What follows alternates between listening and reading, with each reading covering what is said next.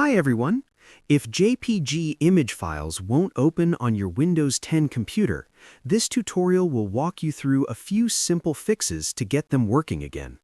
This issue usually happens when the default app for JPG files is set incorrectly, or when the Photos app isn't working properly.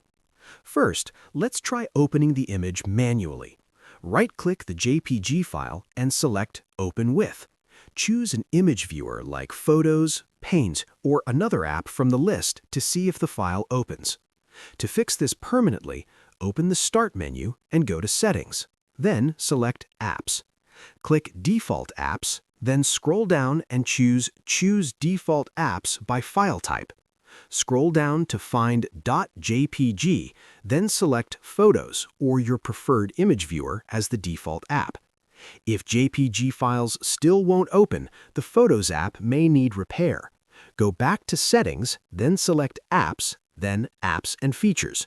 Click Microsoft Photos, select Advanced Options, then choose Repair. If that doesn't work, click Reset. After repairing or resetting the app, restart your computer to apply the changes. And that's it. Your JPG files should now open normally again on Windows 10. Thanks for watching.